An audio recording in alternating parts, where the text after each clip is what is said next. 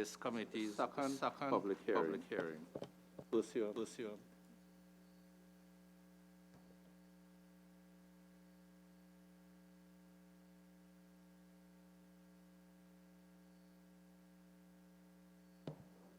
I'm sorry. We have some technical problems with the live transmission, so we'll have to restart. So I'll just wait for a new queue time. So please bear with us.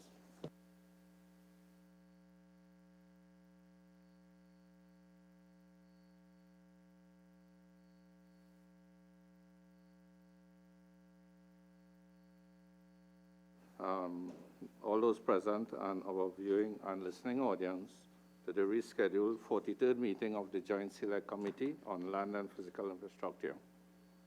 And to this, the committee's second public hearing pursuant to an inquiry into the effectiveness of measures in place to reduce traffic congestion on the nation's roads.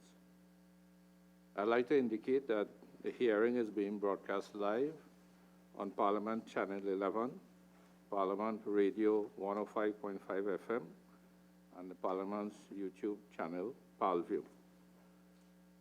I'd also like to inform members of the viewing and listening audience that you can be part of this inquiry that is taking place. You can send comments via email at parl101@ttparliament.org or on our Facebook page at facebook.com/ttparliament or on Twitter at ttparliament. Just a gentle reminder to everyone present, members and officials, to please turn off your cell phones or please place on silent or vibrate. And I'd like to welcome officials of the Ministry of Works and Transport. And at this point, I would like to invite you all to introduce yourselves. Pleasant good morning. My name is Etlin John, Deputy Permanent Secretary, Ministry of Works and Transport. I'll start on my immediate left, and I'll ask the other members of the panel to introduce themselves. Good morning. Mahadev Jagdev, Acting Chief Technical Officer, Ministry of Works and Transport. Good morning. Earl Wilson, Senior Project Manager, NIDCO. Good morning. Adandi Pigat, Traffic Engineer. Hayden Phillip, Program Director, Pure Highways Division. Pleasant morning. I am Randolph Protein. I'm the Chief Traffic Warden, Ministry of Works and Transport. Chair and committee members, good morning. I'm Bashir Mohammed, General Manager, PTSE. Okay, thank you very much. I am Derup Timo, Chairman of the committee. Morning, Rushdan Pari, Vice Chair. Good morning, Nigel Lefritas, Member. Good morning and welcome, Darrell Smith, Member. And to my immediate left, we have Ms. Angelique Masayo, Secretary to the committee.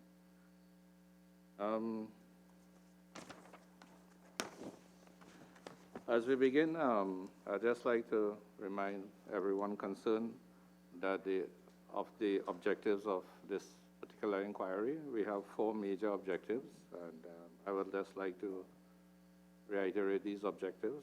Objective 1 is to examine the traffic patterns in Trinidad and Tobago and the respective major contributors to congestion. Second objective, to be appraised of the measures in place to reduce traffic congestion and to determine whether these measures are effective. Third, to determine the economic and social costs of traffic congestion. And the fourth objective, to determine the challenges associated with reducing traffic congestion. We have received apologies from Ms. Sonia Francis Yearwood, Permanent Secretary, who we understand is out of the country, and Mr. Navin Ramsingh, Director of Highways, who is, we understand, is also out of the country. At our last, at the first sitting of this committee, this inquiry, Ms. Francis Sherwood had made some opening remarks at the beginning. And this being the second hearing, but she's not here, and we have Ms. John, Deputy Permanent Secretary. I'd like to invite Ms. John for any opening remarks at this point in time. Pleasant good morning again, Mr. Chairman and members of the committee. The Ministry of Works and Transport thank the committee for the invitation extended to attend today's hearing. The Ministry of Works view its mandate with respect to traffic management of Trinidad and Tobago as a very serious one. As part of its remit, the ministry undertake both hard and soft projects aimed at alleviating traffic congestion to members of the traveling public. We have with us today a team of officers who are very knowledgeable, experienced, and have a wealth of knowledge as it relates to the subject matter that we are here to discuss. We would have provided written answers to questions that were asked of the ministry, and we are here today to provide clarification on those answers where needed, and also to interact with you as part of our important stakeholder grouping to see how best we can plan and go forward in terms of alleviating traffic congestion in Trinidad and Tobago. Thank you. Okay, thank you. And at this point, I would like to invite members of the committee to pose whatever questions they have to our officials today. Member Parry. Thank you, Chair. Good morning again, ladies and gentlemen. We received a documentation from your ministry entitled Freight Truck Peak Hour Restriction Study Keyholder Consultation dated October 2011. And I know in the public domain, our citizenry talk about the amount of trucks on the road, and that is attributed to one of the key factors in traffic congestion. What I took note of in the report was that there were a series of 5 broad headings of recommendations in 2011. I'm not sure if you have access to that report in front of you, but if I can just read the 5 broad headings, and perhaps if you can comment. I want to find out, based on those headings, what has the ministry done since this report was submitted in 2011 till now, if at all anything would have been done since then. So in the recommendations, they talk about traffic operations improvement, improved traffic control devices, turn prohibitions, one-way streets, removal of parking. Under intersection improvements, they spoke about geometric designs, including turning lanes, channelizations, traffic islands, goods management movement, additional on-street curb space for loading zones, enforcing time restrictions, incident management. Number 4, road network surveillance management, motorist information systems, video monitoring of key intersections, parking control. And 5, enforcement.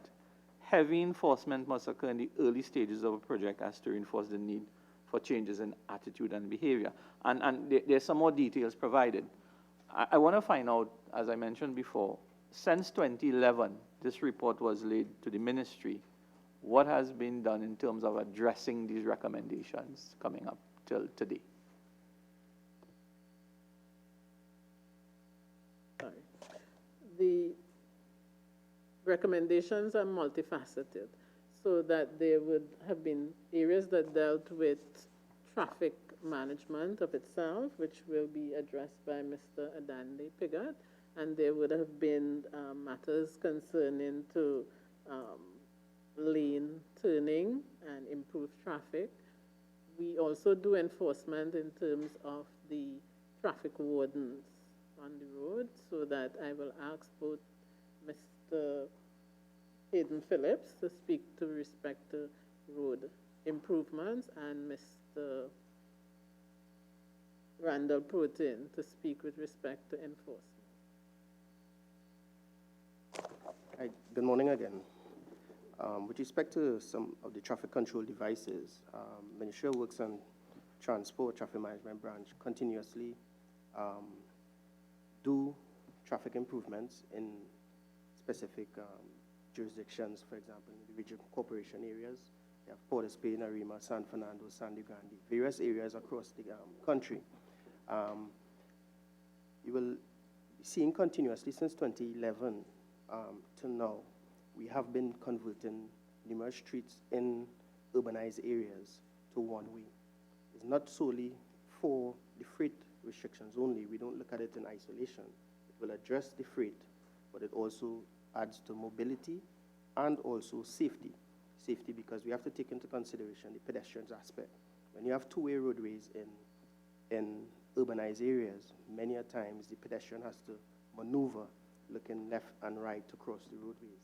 So numerous streets within urbanized areas have been converted since 2011 to now.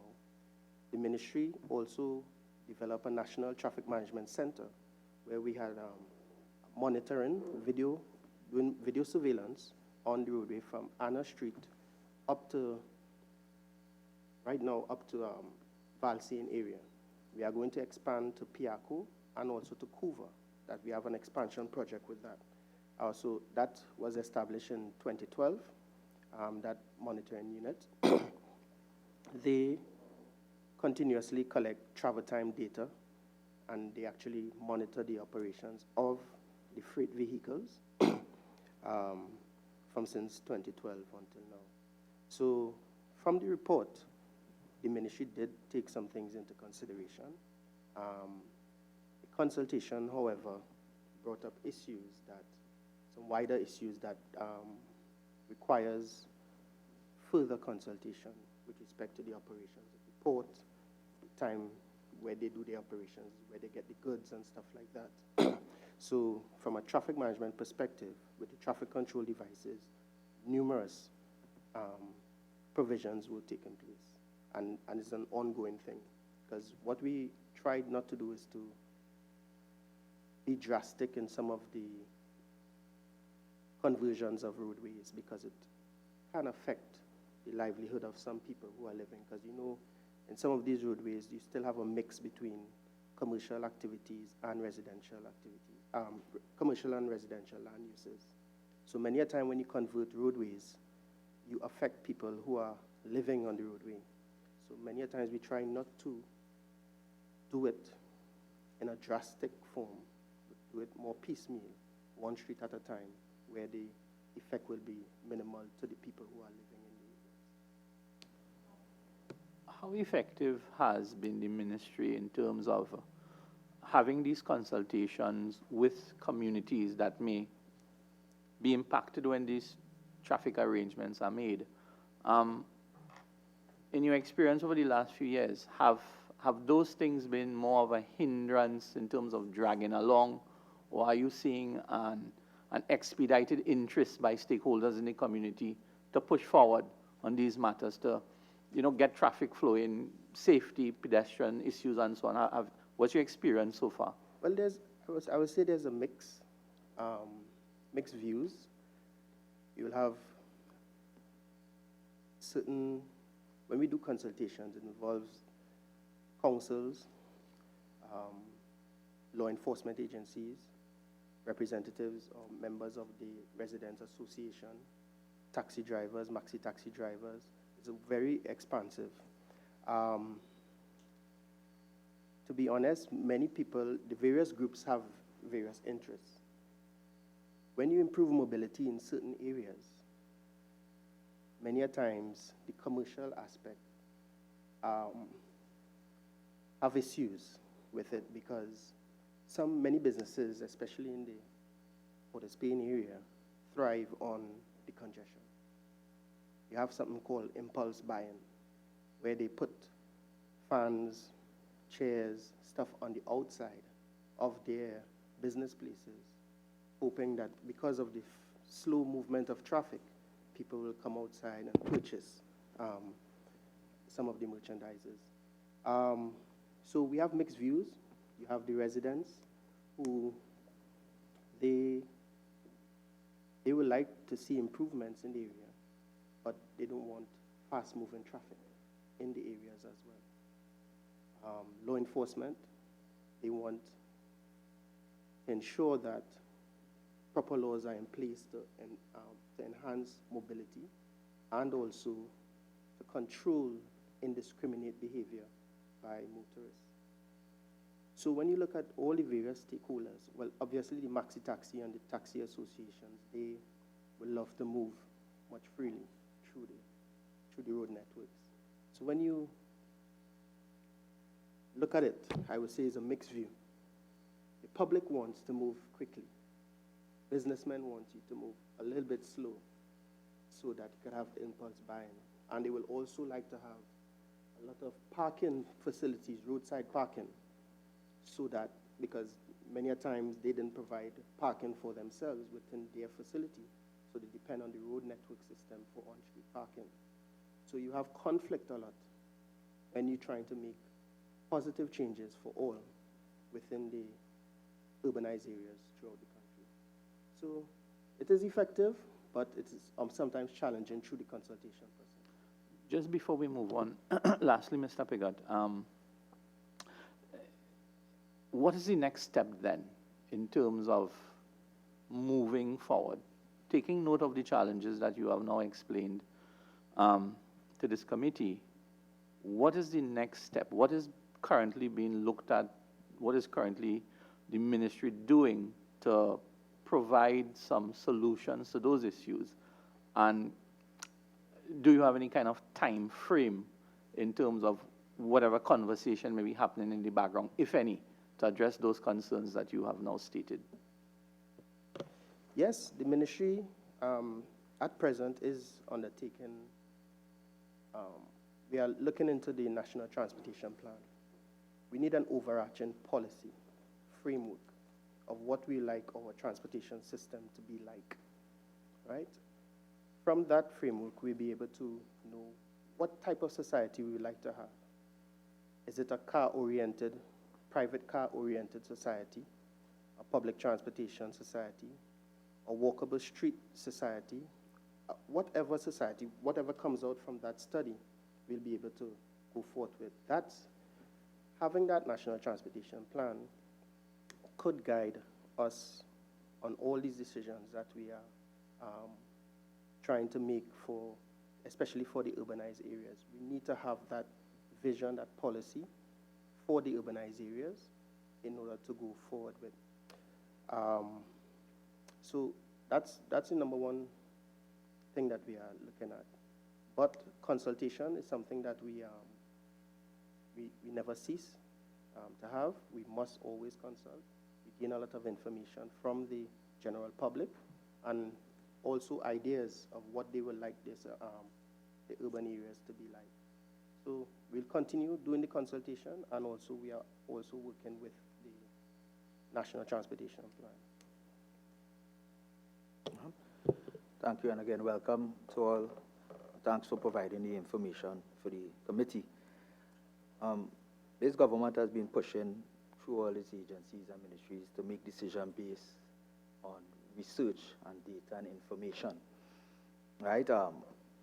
You talk about consultation, which is good to get information from the general public. Who are the people that we're trying to service and to assist with the network that we have? But what type of data collection besides from consultation do you all use? Because I always say that nothing is new under the sun. Trinidad is 1.3 million people. Traffic is an issue that occurs throughout the world, throughout the Caribbean. And I know there are agencies that may assist with regards to gathering information and data so we can make the correct decisions, and consulting is part of that. But there are certain statistics and data which are best practice. In terms of similar population sizes to us, is there anybody besides, so it's a two-pronged question in terms of what research you all have done and how you all use that data, and who right now worldwide is showing the best practice in terms of similar geography, population size, and what are they doing to do that? Because as a member of Parliament and the others here will know, traffic is always a major complaint to us from our residents. It's a 24-hour day, 8 hours to rest, 8 hours of work, And that 8 hours, if it's worked like that, the third 8 hours is supposed to be of relaxation and stuff. And a lot of people find themselves that chipping into that. So a lot of people are coming to their jobs tired, frustrated, and so on. So the productivity levels of not just in the public sector, but in the private sector is affected based on that. People are tired, frustrated, and so on. So in terms of best practice worldwide, who are we measuring that we could have a calibration that is similar? And the data do we collect? Who do we get that from? How do we get it? And how do we use it to translate into the successful projects moving forward?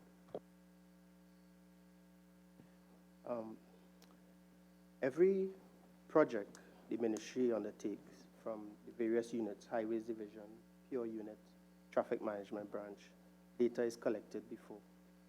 We collect data, volume data, where we put counters on the road, pneumatic counters, tubes. I don't know if you all saw them before. That collects volume by lane, the type of vehicle, how many axles pass, so we know if it's heavy vehicles and stuff like that. So you determine single cars versus heavy vehicles, so light vehicles versus heavy vehicles. From that capacity, you will get, we do travel time delay surveys, so how long do you take to get from one node to the other? So we have officers sitting in vehicles doing several runs, for example, from Arima to Port of Spain. We try to get about 7 runs during the peak periods in the morning, so we collect that data. We have queue length data, so when you reach at a traffic light now, the queue length, that's the demand that is trying to get through the intersection. There's a whole lot of data that we collect. We have turning movement counts, where we actually have, sometimes we have individuals at intersections looking to see how many vehicles going straight ahead, left, turn, and pedestrians crossing. Also, we have video detection data with that. The ministry is also going to improve on our data collection capacity. This year, we're going to be installing at 20 locations inductive loops on every single lane at 20 locations throughout the country. East, west, north, south. So we're going to be, and this will be 24/7 data gathering, not just per project. So we'll be collecting that data continuously this year. That is improving our existing data collection methods. So I hope I answered that question with respect to data collection. So you take that data, you have to analyze the data, and you come up with a solution. Please note that the consultation part is the qualitative aspect of it. So you have the quantitative. Even when you run it in models and stuff like that, the models do not take into consideration the social aspect. You can't put people in the models, right? So sometimes when you run models, you have significant improvements on the roadways if you do this. For example, the average citizen they hate seeing a traffic light turn 4 or 5 times before you actually clear the intersection. The model tells you shorter cycle lengths are better than longer cycle lengths, right?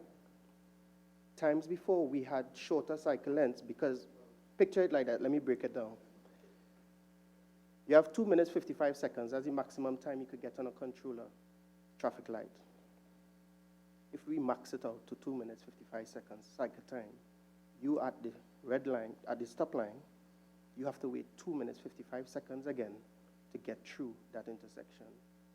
If you had it down to maybe 1 minute and 28 seconds, 1 minute and 45 seconds, whatever, you're just going to wait, let's say 75 seconds just to get through. So right now you're waiting, many motorists wait. Well, we shortened the cycle lengths already, right? And some need to even come down further. But picture it as you may take this length of time, a longer queue, a longer waiting time to get through an intersection, and you have to wait that same length of time to get back through. Why not just to move 2 or 3 inches, right? If you have a shorter cycle time, you'll wait a shorter period to move that same 2 inches. So you will actually go through the intersection much faster than waiting longer to get through. But the social part, meaning the public, when you wait and you've seen that light turning 2 or 3 times before you could actually get through the intersection, they are disturbed by it, right? So the social aspect, the model, when you run the analysis, the model says do this, but we have to understand our culture whereby if we do this, we will get this negative ripple effect, newspaper articles, and people will be arguing and stuff like that. We look at, obviously, we also look at across the world to see what's happening because we are in that environment. Remember, we are also guided by manuals. And these manuals, for example, AASHTO manual, is what the field utilize for anything that we do. So that's a baseline standard, but we do also look at what is taking place in first world countries and also in developing countries where the investments that they put into the systems and try to development programs and stuff to incorporate some of the initiatives that we see across the world. We always look at countries like Australia, Canada, United States, obviously, England. We look at the mix, and also we look at what's happening right next door. You know, Jamaica do a lot of research and development. We look at what's taking place in South America with respect to public transportation, but I think my colleague here will speak further to those things. So we do look across the world at what's happening. We attend conferences to know what's taking place, what are the new initiatives, and try to bring those through development programs within the ministry. But based on that information, I'm sure there are ratios and formulas, as I say, manuals that are standardized. How do we measure up in terms of our population size, amount of cars, and the amount of roads that we have in terms of the traffic time? How do we measure up? Is there an index where, you know, they have murder rates? Is there an index that we could use to calibrate and see where we are? And if so, where do we fit in that? Well, the manuals didn't really state like Trinidad and Tobago because we have a lot of uniqueness in our geographic location. However, in any manual that you're following, you still have to use your engineering judgment, right? So each individual around the table, we know that they may say to do X, Y, and Z, but because of our culture, we have to sometimes, we don't break the standard. What we do, we do some variations to ensure that it's, for example, we have issues with archaic laws with respect to parking provisions for land uses. That's a tongue and country issue. We have a high vehicle density here. So when people get outline approvals from tongue and country, they stipulate that you're supposed to get X number of parking spaces per square footage of commercial activity, whatever. What we try to do, based on our knowledge and understanding of our culture, for example, many a times those parking provisions don't take into consideration the actual employees that work in these facilities. So you provide 20 spots, but you have employees who own so many vehicles. It didn't take that into consideration. We try to up the standard using our ITE manuals from that's actually from Canada, and we get a different index, a higher ratio for the number of parking provisions that should be provided for this type of activity. And then we use our local understanding of how these land uses operate. For example, if a new movie town is coming, we have one here already, so we could collect data and see how things operate there. And before we give final approval, we take that into consideration and put that stipulation in place for the final approval. So those decisions we make, you have to use the engineering judgment at the end of the day. I do not know of any specific manual that states, you know, like, that identifies like pH problems and those kind of things that we have here. They are not things specific like that. So we have to use our own judgment. And yes. Mr. Chair, good morning. Again, panel. So I've listened this morning to a lot of what has been said, and it seems that in terms of managing traffic in Trinidad and Tobago, there's a lot of data that is taken into account and a lot of attempts being made to treat with our issue as it relates specifically to our culture, our mindset, and so forth. I noticed in the submission that we have a National Traffic Management Center. So I'm just trying to get a better understanding of the capabilities of that center. So let's look at one thing, traffic lights and adjusting the times. Is that something that has to be physically done in the sense that you have to go to the traffic light and adjust the time through the box that's there, or can you do it from the center? Yes. The center has the capability to do many things. We don't have to go to the cabinet outside on the field to change the timings of those lights out there. No, we don't. The center has the capacity to have 200 intersections in it to be controlled. Right now we are limited. It's a pilot program that is to be expanded, as I mentioned earlier, to Piaco and to Couva and to northern Port of Spain areas and stuff. Right now we have the entire Ryson Road corridor in the center where that could be operated. So it's not fully expanded as yet. We will require significant upgrades to the existing controllers at other intersections. So that will require some funding and everything like that before we could actually do the communication into the National Traffic Management Center. So I'll ask the question which I think the members of the public right now are probably asking. So do you all, on a daily basis, change the timing on that Ryson Road corridor as it is right now, or is it just straight monitoring? Yeah, right. It does. We can't. The best practice is not to change it every single day, right? Periodically, we do full studies and do retiming. We just recently retimed the operations of the signals on Ryson Road, and we are seeing significant improvements. So every 6 months, we'll go and do a full retiming. Because remember, when you interfere, how it is right now is a green wave effect.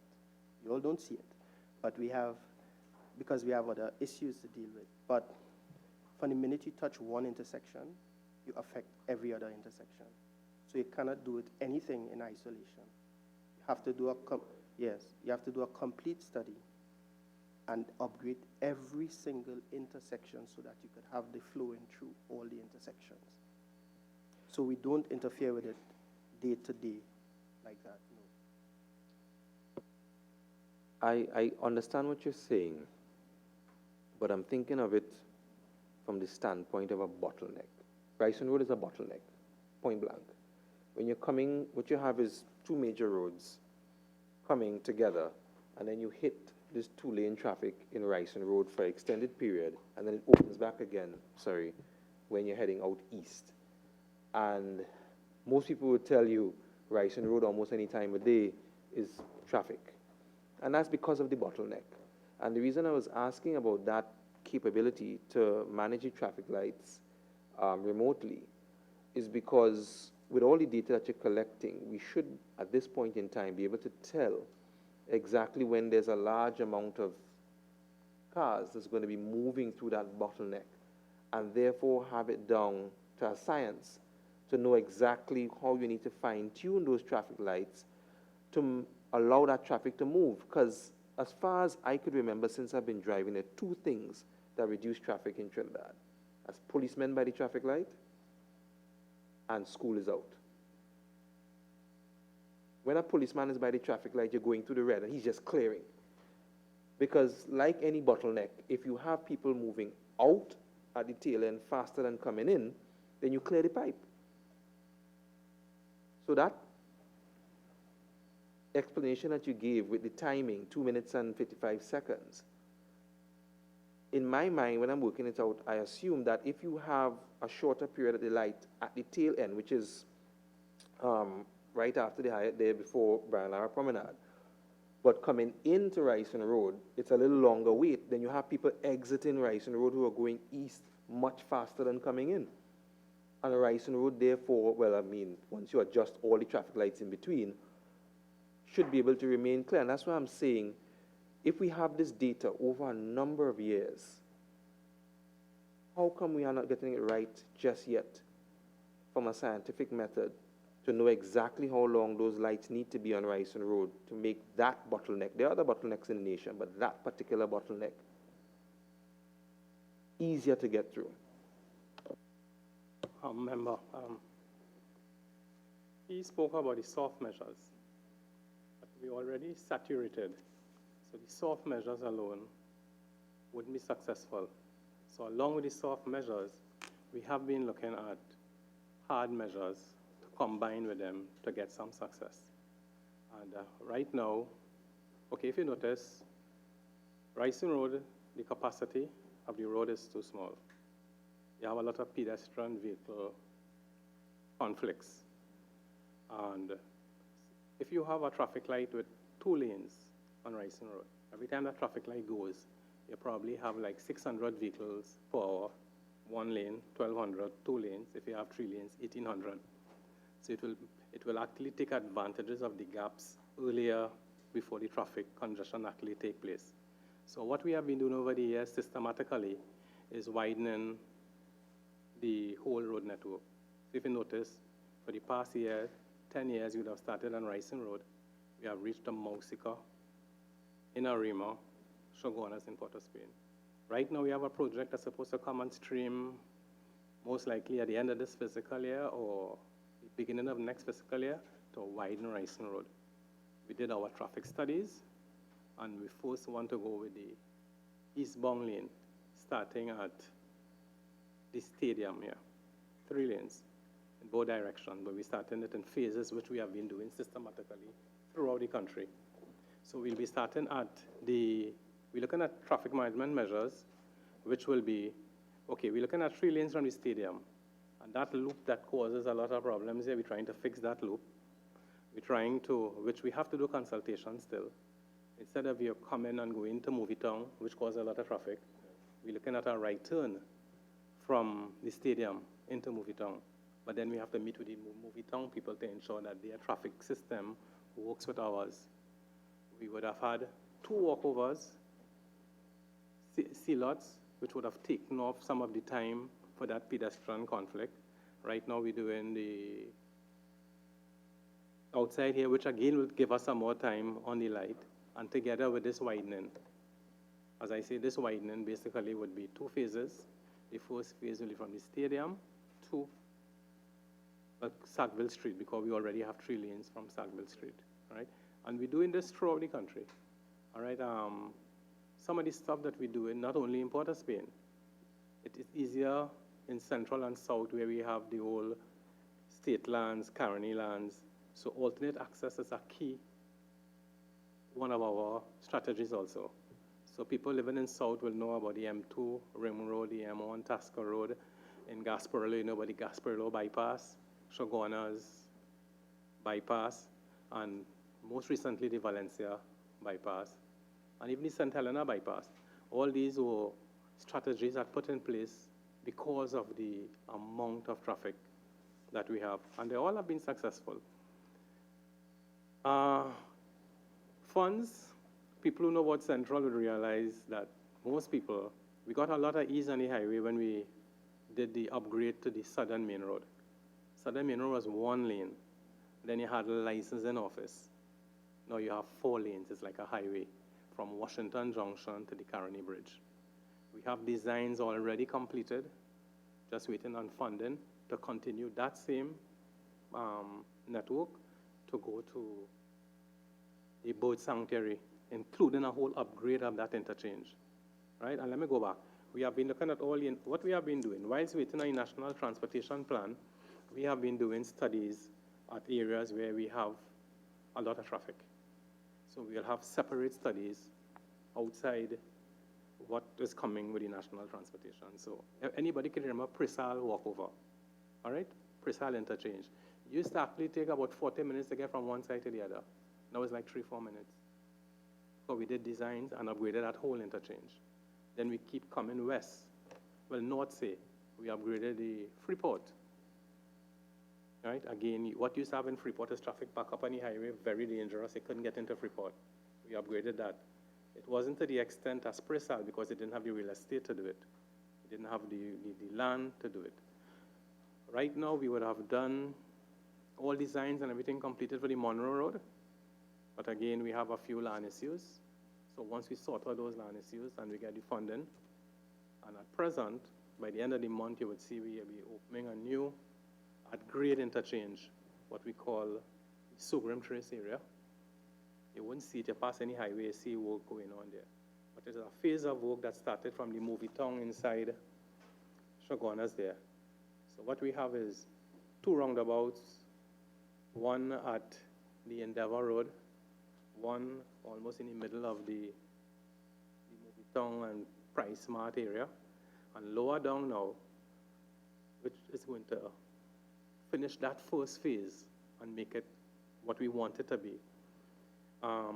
Right at the, what we call Sugrim Trace, people coming off the highway to go to Chaguanas, Cunupia, Endeavour, Lanchpark, Londonville, everybody trying to get through there, right? It's dangerous because traffic piles up on the highway trying to get into there. The intersection is an uncontrolled intersection. What we have finished there already is a roundabout that you wouldn't see behind the test center and a whole new series of roads we would have built over this past few years. And at the end of this month, we would see the opening of that, right? Which will actually help Central in a big way.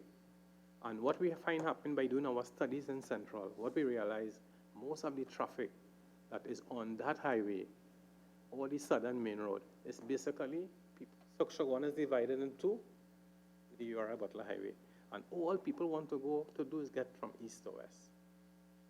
But there's only 2 ways to get east to west, is by coming onto that highway, right? So basically, the plan is a long-term plan, and we do it in phases. So this first phase is to, people who go in Cunupia, Londonville, and Enterprise and think no more. They no longer have to go to Congestion to Chaguanas when we finish.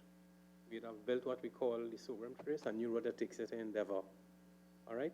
Plus we would, all of these development that take place along the Nassau Maya Road, right?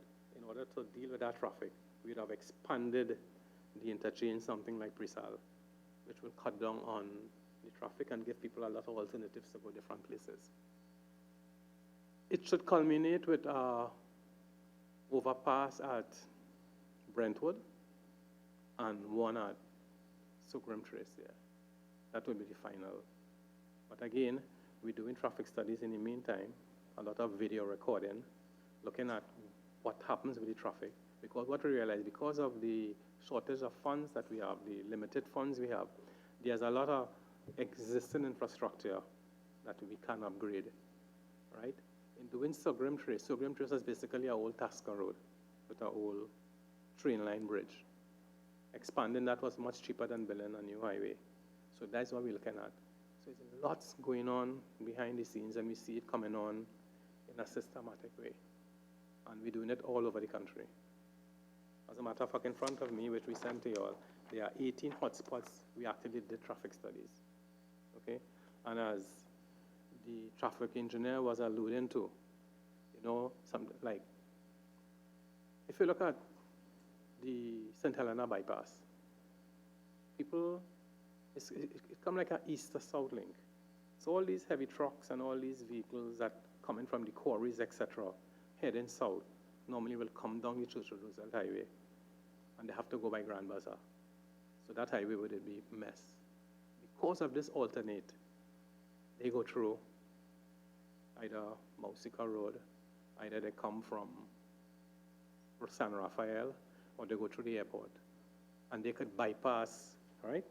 Now, what will be good is if we get the funds to continue that expansion we did to Southern Main Road. Because people know you don't have to go along the highway, so it takes a lot of weight off of the existing infrastructure. So there's lots and lots of stuff we're doing behind the scenes through traffic management measures, alternate access routes, as long as with the soft measures that, and we all coordinate and work together in doing it. Well, thank you very much for that comprehensive explanation. I don't think that we as the public sometimes really realize how much is being done to try and alleviate traffic congestion in Trinidad and Tobago. I, for one, welcome And I'm sure the public in Trinidad and Tobago also welcomes the expansion of the Ryson Road at all. Let me ask a question. So when you expand Ryson Road, because I've seen in other countries, roads that run alongside cities, one of the things that they do is they allow either lanes or the entire highway itself to run free of traffic lights so that individuals who are trying to get from, in our case, the west to the east can move freely, and they make it easier through exit streets for those who are just going into the city to exit off on the far lane and go. Is that something that's envisioned, or is the traffic lights going to stay with Ryson Road? What we'll be doing, what we're working with traffic management branch is we're looking at some areas where we could close off some of the streets, change the direction of flows, because you have more capacity on the Ryson Road. So as I say, one thing I'll tell you off the bat that the study shows that if we take away that right turn from by the port, all right, that would help a lot. But we have to put it somewhere else. So right now we're going through that with the traffic management branch, with the traffic study.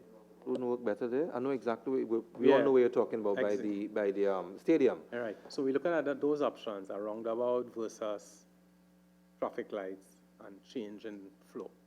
All right, last question. So I think it was last year that when we did the traffic bills in Senate and in the House, and they were passed, they were treating with the ability to put cameras and speed cameras on these traffic lights to be able to issue tickets in real time. So you break the red light, immediately you get the flash and your ticket is sent out in the mail. How is that going to affect, in your opinion, your ability to manage traffic as well? Because you'll be able to tap into that infrastructure, yes? Yeah, those things are geared towards the enforcement part of it. Right now, you have police officers who have to be at locations to do that. So you're taking away the officers on the ground at those locations. What it does, it helps with driver behavior. So yes, it will help with traffic management. For example, people who are racing through intersections now, when you see the light turn to red, if you know you're going to be penalized right now, you guarantee that you're not going to be penalized if you do that. But if you do that now, well, when that comes in effect later on this year, the driving behavior, the culture of the country will change, and no more, well, hopefully, people will not be blocking intersections, especially on Ryson Road, as you're talking about, where you have the yellow box, but because you rushed through, the exit was not clear, you still went through, but there's no enforcement. But now if you have those red light enforcement cameras, you could limit some of those malpractices that are taking place on the roadway. So yes, you'll have improvements to the driving behavior and to the traffic congestion that takes place on the roadways. Mr. Phillip, I have a question. I know the minister had advised some time ago that there should be an investment of about $1.5 billion into road rehabilitation going forward, probably over the next fiscal year or two. In planning road rehabilitation, would the ministry be taking into consideration some infrastructure improvement in terms of lay-bys and conclaves so when you have to drop out school children, drop out people in front of public facilities that in rural Trinidad are more linear, it's on the side of the road, any consideration to putting some physical changes in terms of in those areas so we can get people off the road when they have to stop and get off and the free-flowing traffic can continue? Is that something that your ministry is planning to look at? Yes, if you notice when we did the Southern Main Road upgrade, we did that. So instead of putting walkovers, which you couldn't because amount of the cost, we have just these pedestrian lights where you can change. And at each pedestrian light, there is a bus bay and a lay-by where you could pull off. We did some studies on the Eastern Main Road, and I think between Mount Hope and QREP, we're looking at all the areas where it's available to actually put in some lay-bys where people could pull over. We did a couple on the Western Main Road in the Cocorit area, just by the hospital, wherever the land was available. In the north and in the northwest, it's very difficult because everything is all built up, right? But wherever we find a little area, once we do this study, we're doing it. Because we did some, as I said, on Western Main Road, between Cocorita and St. James. We did quite a few, and we have a lot of them planned for the Eastern Main Road. And this is part of in the designs that we're doing, we're trying to implement them in the designs. Let me just bring Mr. Mohammed into the conversation here. If we're going to be having these laybys and so on, bus stops and bus sheds enabled to allow pedestrians to be in one spot for a pickup, rather than how it is now, where people want to walk out their gaps and stand up by the side of the road, and then a taxi or even a bus has to stop 3 or 4 times along the same stretch of roadway. Does PTSC plan to do any type of improvements in terms of bus stops, bus sheds, in conjunction with some of the road improvements that Mr. Phillips is speaking about? Good morning, Chair. Thanks, committee member. Yes, PTSC currently is working closely with Ministry of Works to put out, I think it's 4,800 bus stops throughout Trinidad and Tobago. It's a massive exercise that we're doing. And in addition to just putting out the bus stops, we're actually geotagging the bus stop signs. So pretty soon we'll be able to use that on an application that we'll be rolling out in a soon time. So, Dandy, maybe you can share a little bit more on our bus stop plan. Yes, we're working closely with the PTSC with respect to the design and supply and installation of the bus stop programs throughout the entire country. Mr. Philip, any project that the PR unit is doing, we gain the information from PTSC with respect to where the bus stops are, and so we could prepare to have the laybys for them. And then with the new signage program, which we're trying to finish within a year time with the quantity that we have to do, we are fabricating in-house, saving a lot of money, and installing the signs for PTSC. So that is taken into consideration. Because clearly I see if we have PTSC with the right amount of buses, with the bus stops, with a good scheduling system, I see that as one way of reducing the amount of private cars heading into town centers and city centers. So I think hinging on that, it's very important that those areas be focused on. But Mr. Mohammed referred to these 4,000 bus stop project. How far along is that project? Do you have any kind of time frames in terms of percentages of completion going forward? I'm sorry, I know you asked, but Traffic Management Branch is actually making the signs for them. We've completed the priority bus route already, which was 87 bus stops.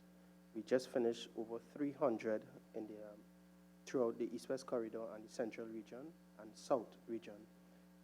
So I would say we probably a third, no, just under a third of the completion of that exercise.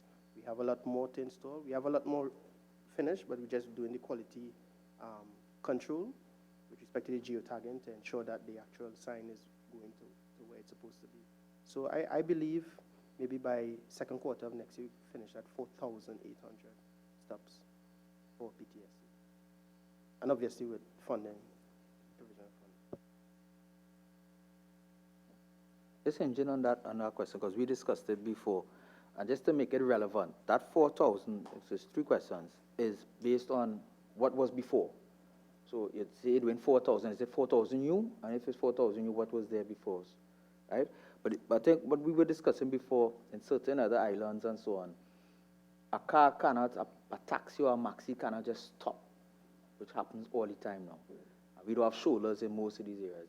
There are designated areas where there's a cavity in the pavement, 3 cars that they have to stop. Is it that you're saying that those bus shelters now will it be mandatory that taxis, maxis have to use those cavities? And if so, if it's not, is it something that we could look at, because it's being done in Barbados and other places now that you cannot just stop? In fact, the driver and the person who stopped is get a ticket. So I'm standing there waiting for a taxi, you're standing there, you want the same taxi, the taxi will stop in front of me and you won't walk to it. You have to stop again. But there's along routes, areas designated for private cars, buses. Right now, I don't think maxis or taxis could stop in bus areas, can they? They can't. I don't think so. It's against the law. Is it that we are looking at that? And is that something that a new law will have to be done that we could assist with regards to working out that? So just you could answer that. Yeah. It ties back. We understand your question totally. It ties back to the culture as well. Right, and enforcement. Ministry of Works, other than the traffic wardens, the enforcement arm of the country really has to assist with some of the issues. One of the questions you have here that you sent to us is the actual behavior of citizens a contributor to the issues that we have out there with respect to mobility and congestion? And the answer to that is yes. Many a times, if you ask a maxi taxi driver, why do they not stop at the designated stops? Because throughout the entire priority bus route, we had designated stops for maxi taxis. And the customer wants to do exactly what you say, step out on the footpath and wherever they come out from and get a maxi taxi right there. So the culture, we are looking at designated stops. One part of the our program is looking at designated stops and hub development so that we could control where these stops are and to ensure that pedestrians or commuters who are looking for public transportation go to those areas. But we have to also depend on the enforcement agencies to ensure that that is done. So yes, it is part of our program. Just before you go, I know Mr. Protein, the traffic warden, before we talk about the enforcement. Now, one of the things that I've been trying to do in my constituency there is encourage people to do more walking when the issues of parking and why we can't get more parks in Rio Claro and so on because we're limited for space. And one of the things comes up is that the pavements are dangerous, right? I will trip pavements without manhole covers and so on. So in getting people to walk to bus stops and collective areas to wait for transport, that has to be something addressed in terms of the landscaping of our roadways, our pavements, you know. What happens when I take a walk? We have elderly people in rural Trinidad with sticks and wheelchairs and so on. So if we are not upgrading those things, we're not going to get people to walk or park up on the verges of the town center and have a nice healthy walk with your children and go to the stores and whatever. Is the ministry addressing some of those things in terms of encouraging, you know, having something pleasant that our citizens can say, well, yes, I can park down the street and I'll take a nice walk into the town center, do my shopping and walk back. Pavements is an issue, the space, vending, and I know those are things, you know, Mr. Protein can speak to because that is also a challenge, blocking up the pavements. You spoke about business people putting out goods on the side of the road, and those things are absolutely illegal. So that is just a caveat. I know we want to speak a bit about enforcement. Mr. Protein? Pleasant day again, Mr. Chair and other members of the committee. Well, the Traffic Warden Division is the actual tool of enforcement for the works that the Ministry of Works have been doing. And it was easy to note that the freight situation that was spoken to very early was about the same birth date or their birth year as the Traffic Warden Division, that is 2000 and 2011. From the inception of the Traffic Warden Division in Trinidad, we have been working. Our mandate is to assist the police in the control and regulation of road traffic. In the initial stages, apparently the intention was to look at town centers. But the Traffic Warden Division has evolved to the area we're doing more than the town centers and assisting the people like pure traffic management, the other divisions in the Ministry of Works and Transport as they do their projects along the roads and highways of Trinidad and Tobago. So what we do is find out from them what they want, a lot of collaboration. There's collaboration and they tell us what they want, and obviously too with our own initiative, our experience in the enforcement allow we execute the things that we have to do. But there are lots of challenges. The challenges that you alluded to, vending, people, the culture of people as they get it here. If you look at the mall, because someone alluded to People go into malls and there just should be a nice store and people park and walk to the mall.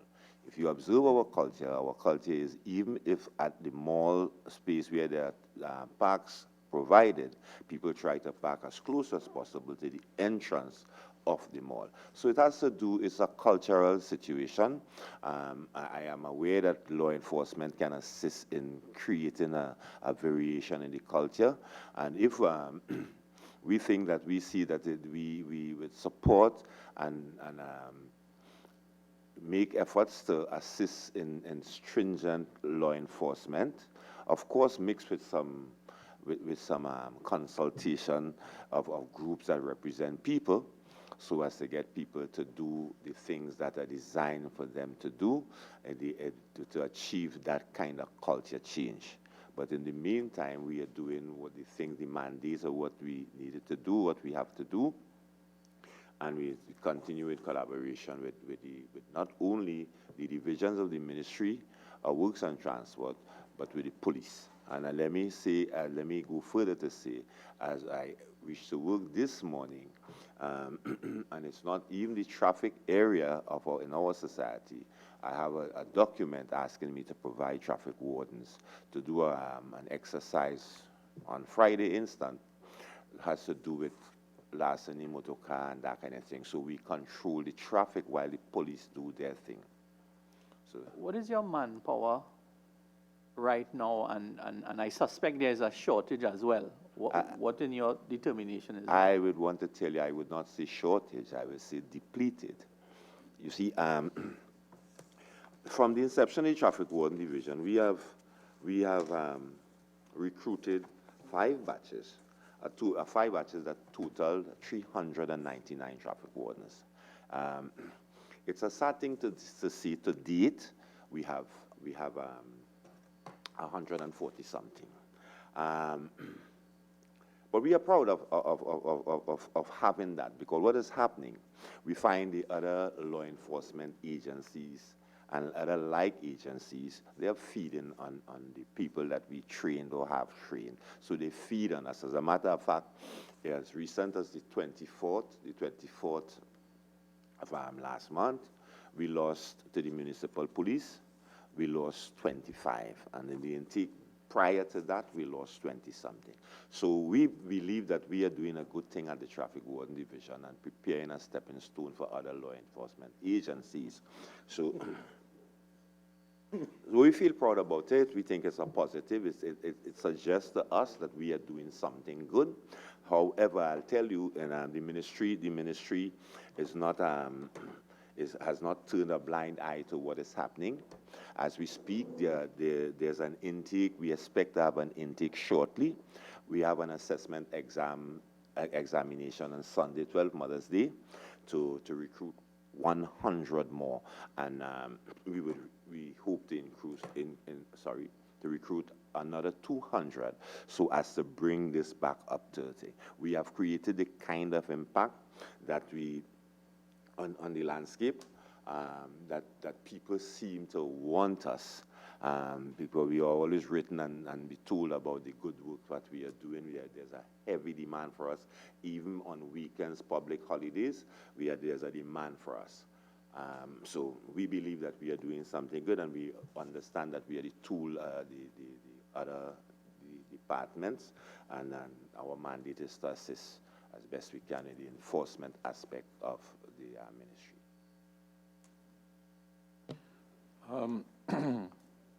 I think when you look at our right-of-ways, particularly our highways, there's a proliferation of signage, fairly extensive signage, and particularly over the last couple of years. With technology, you have a lot of these digital signs or variable message signs that placed all along the sides of the roadways.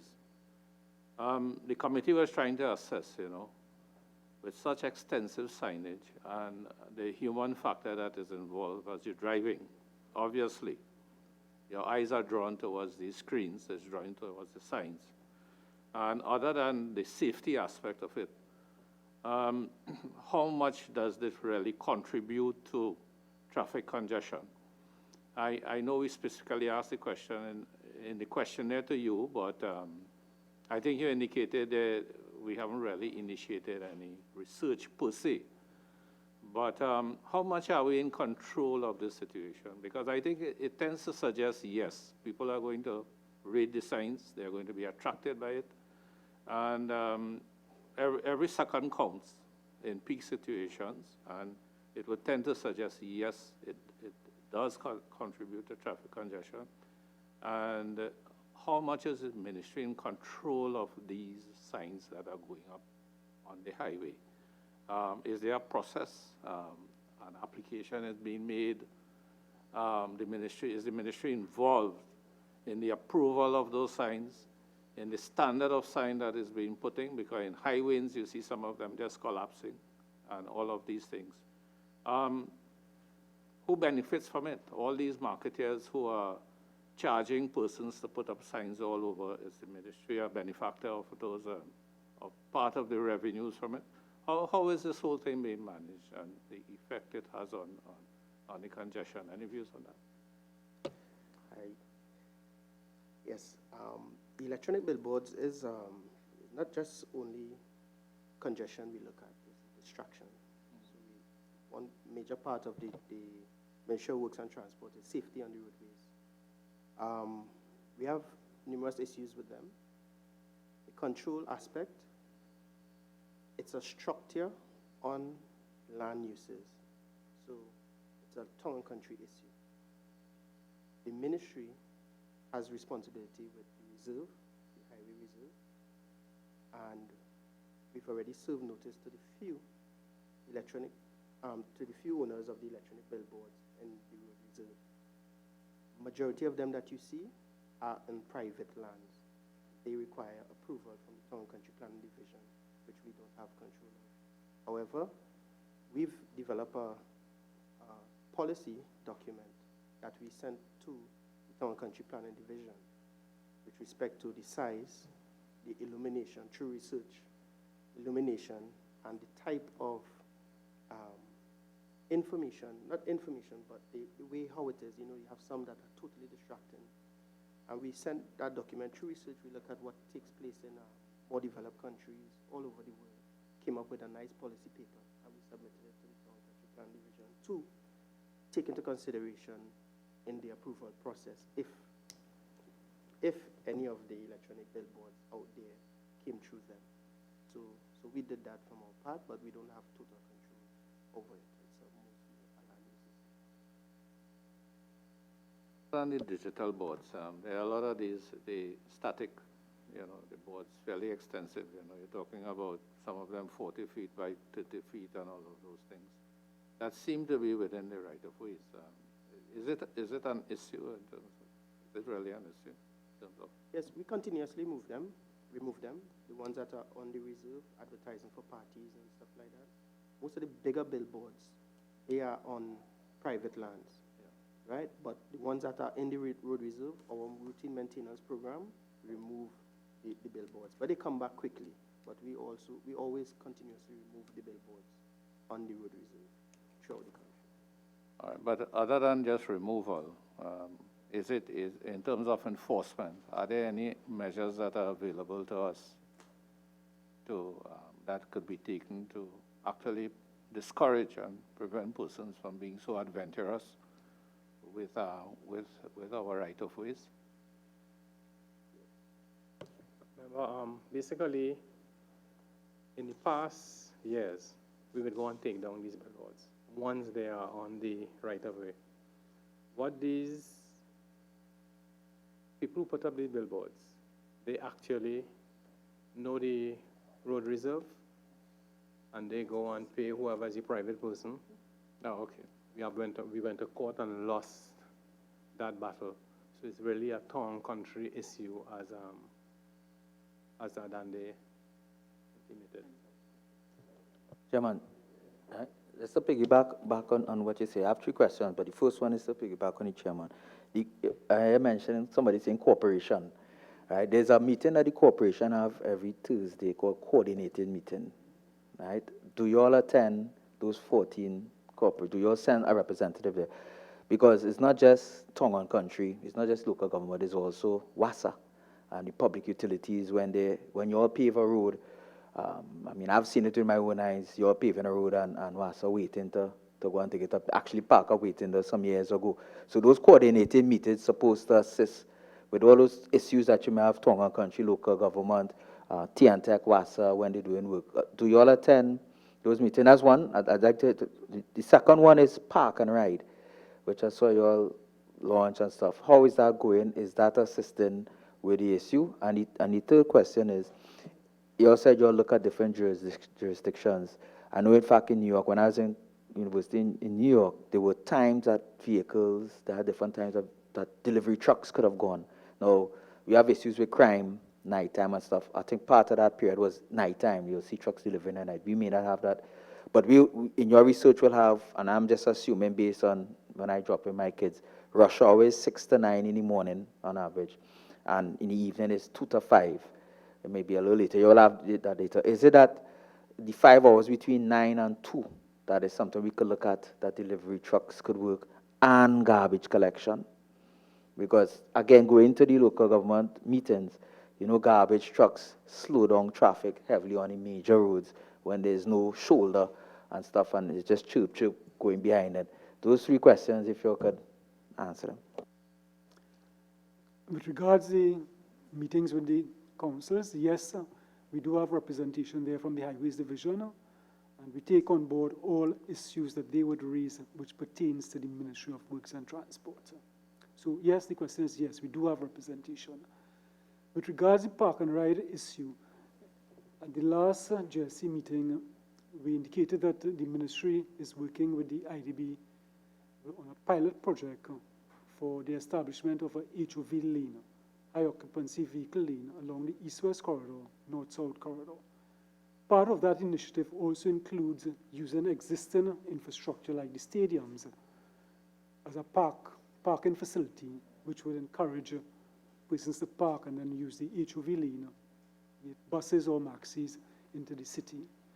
So yes, we are looking at that in conjunction with the IDB.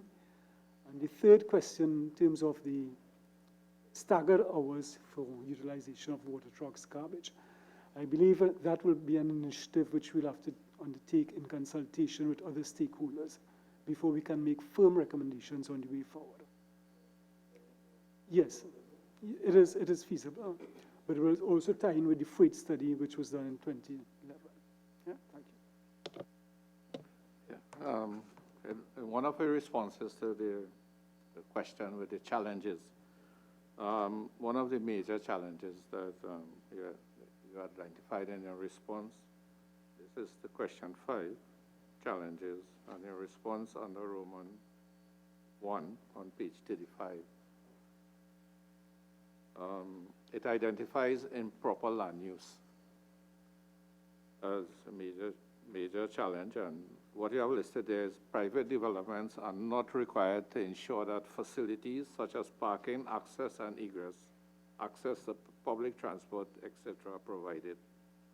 Ultimately, capacity and flow along the roadways become negatively affected, and the number of unplanned developments causes an exponential increase in congestion. In terms of discussions with the Ministry of Planning and Development regarding this aspect here, because this year I think it's a major contributor to traffic congestion in a lot of semi-urban areas coming into the urban centers, because the outskirts of the urban areas, naturally land developers will go to those areas to be as close to the city centers as possible. But in terms of discussions with the Ministry of Planning and Development, so that the Ministry of Works is part of the approval process for such significant development as its impacts on the roadways. Have you all engaged in such discussions? That's 1. And 2, based on those discussions, what are, if any legislation that the ministry thinks that could be put into place in order that this aspect be brought under control? Yes. The law is clear already with respect to improper land uses. When you don't have permission to build or construct, the local government authority has full authority to stop the erection of buildings, businesses, whatever type of land use without the proper permissions. It's already there.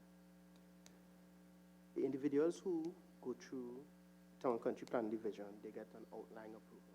Some get final approval before, but some get outline approval and they come to the Ministry of Works. We do guide. Sometimes we ask for them to do traffic impact assessments, and we guide some of those developments. We have another challenge. The number one issue is enforcement, right, with respect to land use. One of the major challenges we have many a times, people construct buildings without approval. Perhaps they're building cash. So they didn't go to Town Country. They didn't take a mortgage where they were forced to go by Town Country Plan Division to get the approval to do that. But I think the corporation, I do not know if they are resourced enough to do the necessary checks throughout their areas to ensure that they stop some of these developments. That's one of the major issues. But the law is clear already, and I don't think any new legislation is needed to prevent some of the uncontrolled development that take place throughout the country. Just say, for example, a guy wants to put down, say, 1,000 lots, 1,000 houses, particular area, just on the outskirts of a city or borough area or something like that.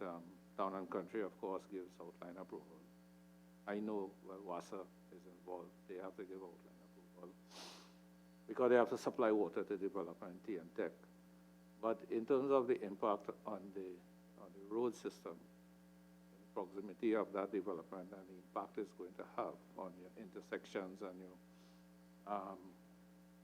are you involved in that approval process to say, well, outline approval is required from the Ministry of Works for certain types of developments that's going to have such an impact on the roadways?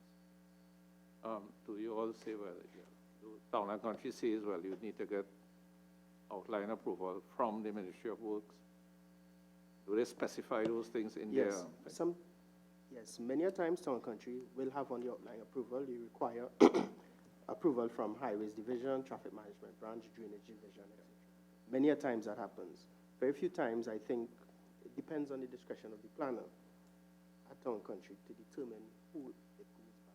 Not all developments come to Ministry of Works and Transport, but most times when there's a development of a significant magnitude, it comes to the Ministry of Works. So we do play a part in it. Now, Okay. Mr. Chair, real quick, I have to ask this as another resident from Diego Martin died, as you know, this weekend riding his bicycle. And I know some actually countries using bicycles as part of the solution for the problem of traffic.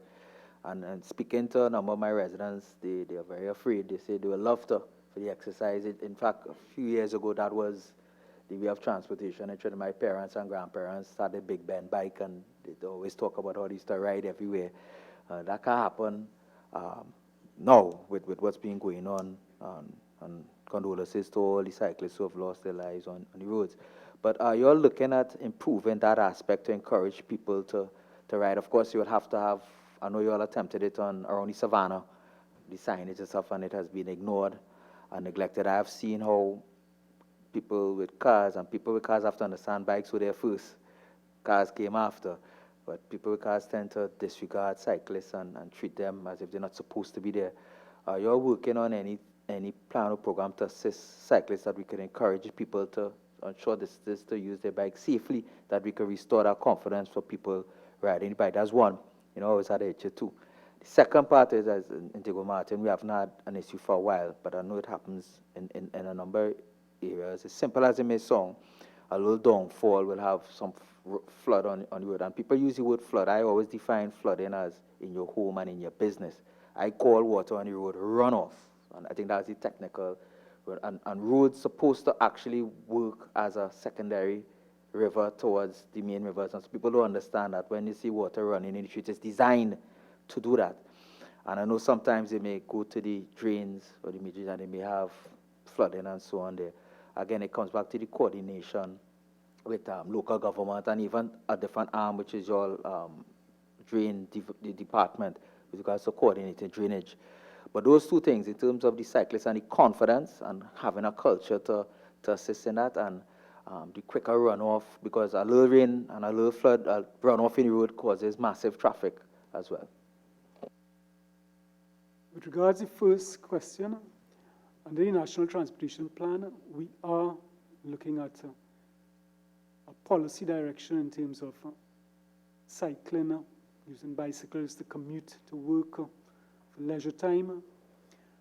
We know that it prevails in most European countries, first world countries. They have moved away from motor vehicles more into using bicycles. It also leads to a healthier lifestyle. While we are targeting that area, we will be mindful that in our unique circumstance, we may not have the available right-of-way, that is the road space, to put down dedicated lanes.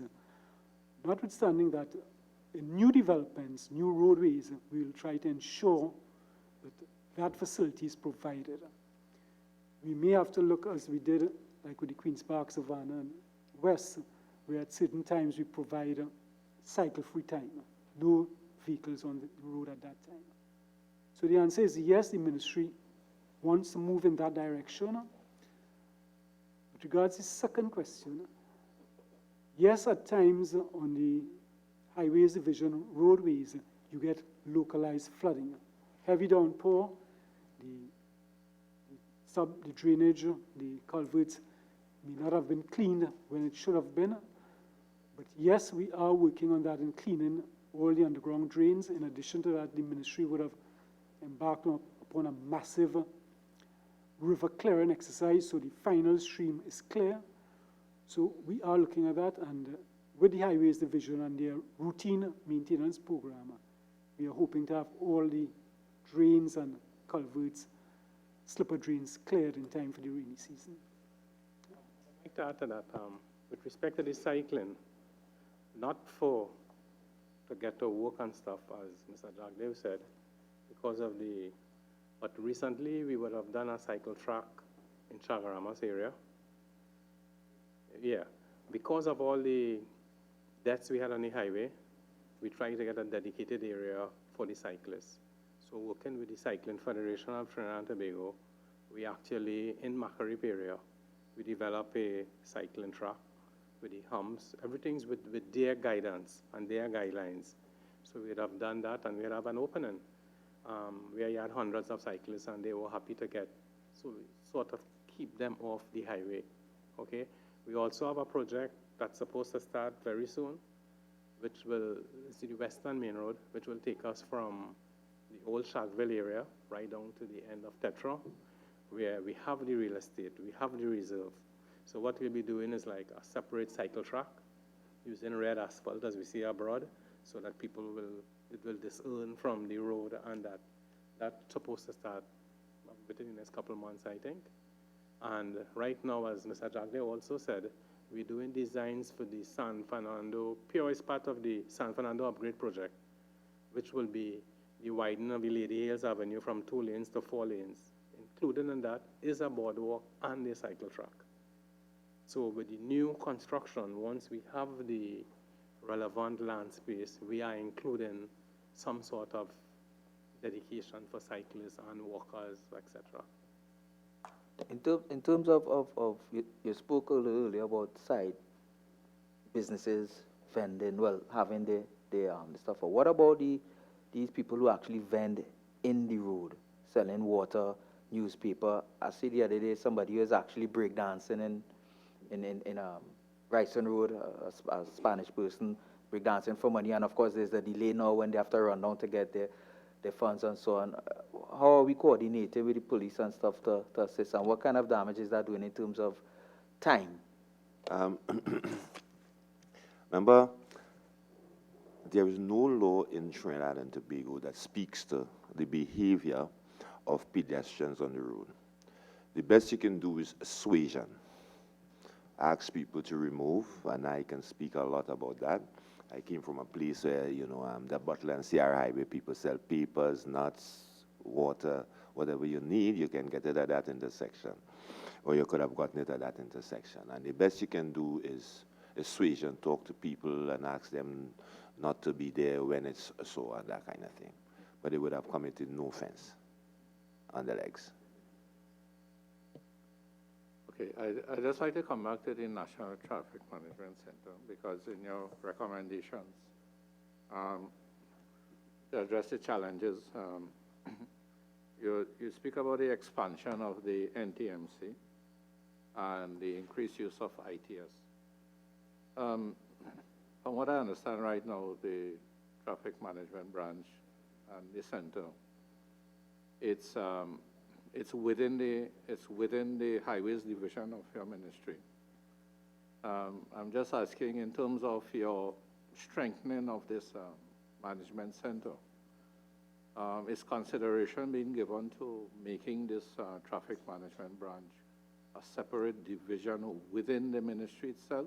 Because it appears to me that maybe that's something we should be considering, bearing in mind all that is happening at this point in time and what Mr. Piggott was expanding on during his responses. Under the National Transportation Plan, we are looking at the institutional strengthening of the various arms of the ministry. A specific area of concern is the traffic management branch, and also the expanding the capabilities and function of the traffic management center. Arising out of that study and recommendations, the ministry will pursue what is the best option available to us. Mr. Jagdev, I think understandably we're putting a lot of focus on the National Transportation Plan, which of course is going to set the framework for major measures, identification of projects and all of these things that we have to engage in. But in terms of the time frame, because I think we will be looking at actually awarding a contract to some entity in October 2019, from what I've read here. I think you did indicate it may take about a year and a half, 18 months, for the actual plan to be done. So that's a 2-year period. And then coming out of it, it means having to set up the projects and, short-term, medium, long-term projects and all of those things. So it's really like, at best, a sort of medium-term type undertaking. And the same thing that I asked about the National Traffic Management Center. It's just a question of waiting for such time. What the measures that we are putting in place to make sure that the National Traffic Management Center is strengthened, notwithstanding the National Transportation Plan. And then in terms of the bus rapid transit system, coming out of, we were advised that there's a feasibility study that's being done by the IADB regarding the implementation of that mass transit system. I'm just wondering if I'm looking at the times involved.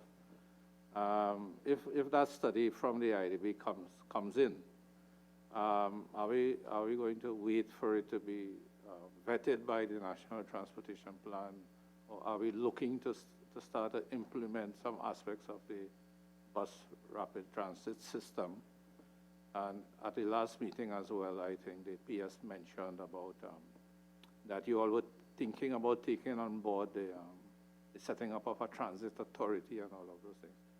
I'm just a bit concerned about, you know, I'm seeing 2 years, 2.5 years, maybe 3 years for those things to come, for the recommendations to be there. And what are we looking at in the interim in terms of institutional strengthening, particularly with the Traffic Management Center and the park and ride, the bus rapid transit system? The initiative with the IDB, with the high occupancy vehicle lane, has been undertaken on the east-west and north-south corridor. That is proceeding independent of the National Transportation Plan. So as soon as we have firm recommendations and design, the ministry will move with the concurrence of the cabinet to implementation phase. So that is taking place. With regards to the transit authority under the National Transportation Plan, the ministry is trying to establish priorities in terms of we don't have to wait for 18 months to get a recommendation on what is the appropriate regulatory agency to manage the transportation sector. That deliverable will be is being moved forward, I would say, within the first 4 or 5 months of the service. And there are other low-hanging fruits under the National Transportation Plan which we are prioritizing for the work to be undertaken by the consultant. So we'll get those things earlier than waiting for the end of the 18 months. In addition to with regards to the National Center, again, as Adandi had pointed out, we are moving to implement and include and expand the system as we speak.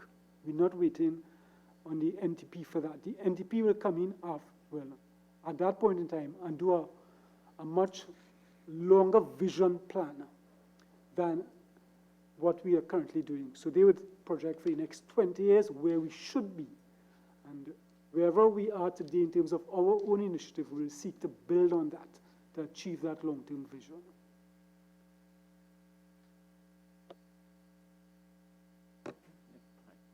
Thank you. I know the word tax is I think, a new vulgar word in this country. Nobody wants to hear it. In some cities like London, and I know New York is looking to do it in terms of this congestion tax, where vehicles, those of citizens who wish to get into town centers and city centers, that they pay a fee to have their vehicles there.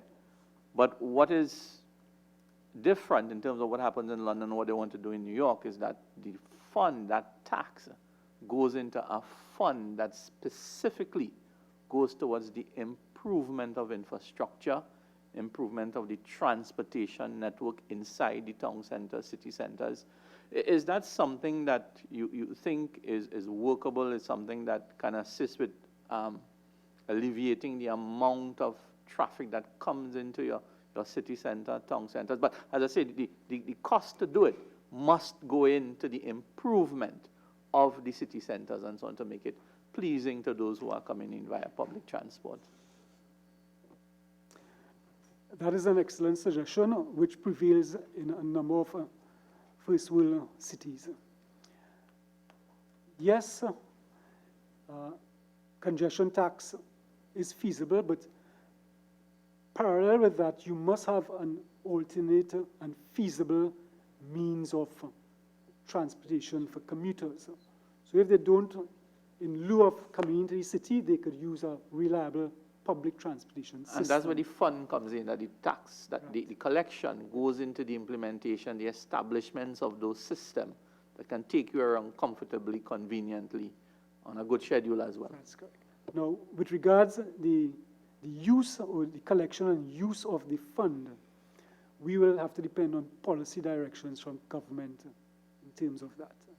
Because you would have recalled, we had a road improvement fund some time ago, and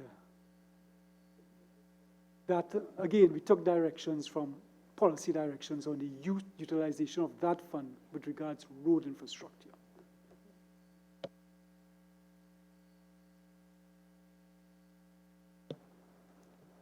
Okay, the intention is that we close off at 12. So I think on our side, we have asked what we have to ask.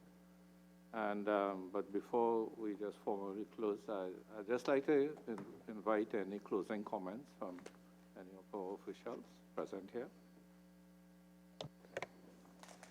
The Ministry of Works and Transport and its representatives thanks the committee for the invitation to be here today. We found the discussion very wide, as well as it highlighted some of the activities that we are currently looking at, and in terms of suggestions or proposals that we can pursue in the future. We expect that the National Transportation Plan will commence, as was indicated, in the new fiscal year. And we are also doing a lot of short-term for low-hanging fruits that we expect the commuting public will see the reward of the hard work that is being done by the Ministry of Works and Transport. Again, I thank you for the opportunity to be here, and we look forward to the recommendations coming out of this committee. I thank you. Okay, on behalf of the committee, I would also like to extend our appreciation and thanks to everyone here. I think Mr. De Freitas did mention about the public being informed about a lot of things that are happening that they may not have been fully aware of. I think one thing is certain, that a lot of work is being done. And I must say that based on the responses by the officials who are present here, your responses show a depth of understanding of the problems that are being faced, a very good grasp of behavior, of culture, of issues that we have to face, and show there are matters of enforcement. In terms of, there may be laws there, we have to look at means of a lot more effective enforcement, a lot of those things that probably calls for more coordinated effort with the ministry and other bodies involved, and not directly just the ministry having to solve all of these things. But I must state that, that your responses have been in-depth, and you have genuinely attempted to answer our questions, and we express our thanks and appreciation for that. Thank you. So I'll just have, in terms of the meeting, that the meeting is adjourned. And thank you, members and staff of the Parliament.